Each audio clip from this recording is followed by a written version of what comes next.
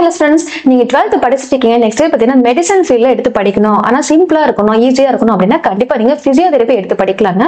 Physiotherapy படிக்கிறதுனால என்னென்ன benefits இருக்கு, சேம் டைம் இது படிக்கிறதுக்கான எலிஜிபிள் என்ன, டியூரேஷன்ங்கிறது நம்ம இந்த வீடியோல பார்க்கலாம். அண்ட் அதுக்கு முன்னாடி நீங்க இப்ப இந்த சேனலை ஃபர்ஸ்ட் டைம் பாக்குறீங்கன்னா மறக்காம நம்ம சேனலை சப்ஸ்கிரைப் பண்ணிக்கோங்க.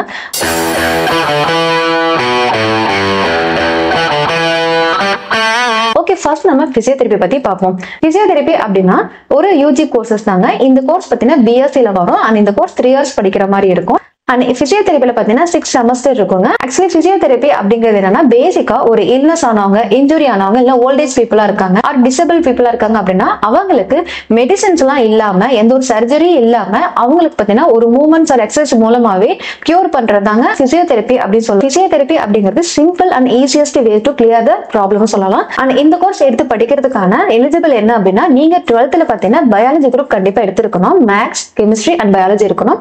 அது பாத்தீங்கன்னா பியூர் சயின்ஸ் எடுத்துக்கலாம்.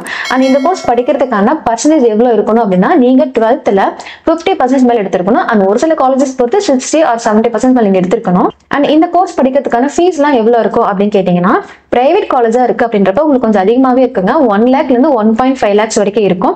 இதே கவர்மெண்ட் காலேஜ்ல நீங்க கவுன்சிலிங் மூலமா வந்துட்டீங்க அப்படின்றப்ப உங்களுக்கு ரொம்ப ஃபீஸ் கம்மியா தாங்க இருக்கும். ஆர் பிரைவேட் காலேஜ்ல நீங்க கவுன்சிலிங் மூலமா ஜாயின் பண்றீங்க அப்படின்றப்ப உங்களுக்கு ஒரு 1 lakh உள்ள ஃபீஸ் இருக்கும்.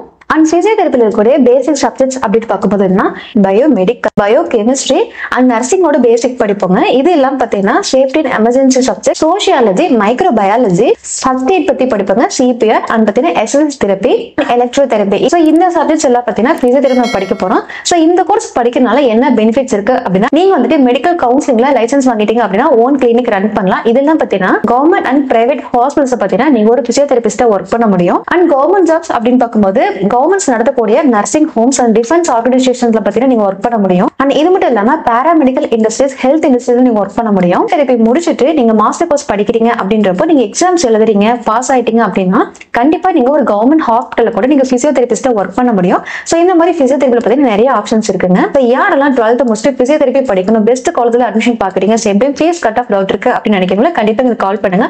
உங்களுக்கு தேவையான அட்மிஷன் ஃபீஸ் எல்லாமே ஷேர் பண்றோம். அண்ட் இது மட்டும் இல்லாம உங்களுக்கு அதர் காலேஜ் பத்தின ஃபீஸ் தெரிஞ்சுக்கணும், ஃப்ரீயா தெரிஞ்சுக்கணும் அப்படின்னு நினைக்கிறீங்களா, கண்டிப்பா எங்களுக்கு கால் பண்ணுங்க. உங்களுக்கு தேவையான அட்மிஷன்ஸ் எல்லாமே பண்ணி கொடுக்குறோம். இந்த மாதிரி காலேஜஸ் அண்ட் கோர்ஸ் பத்தின அப்டேட்ஸ் எல்லாமே தெரிஞ்சுக்கிறதுக்கு கண்டிப்பா நம்ம சேனலை பாருங்க. தேங்க்ஸ் ஃபார் வாட்சிங்.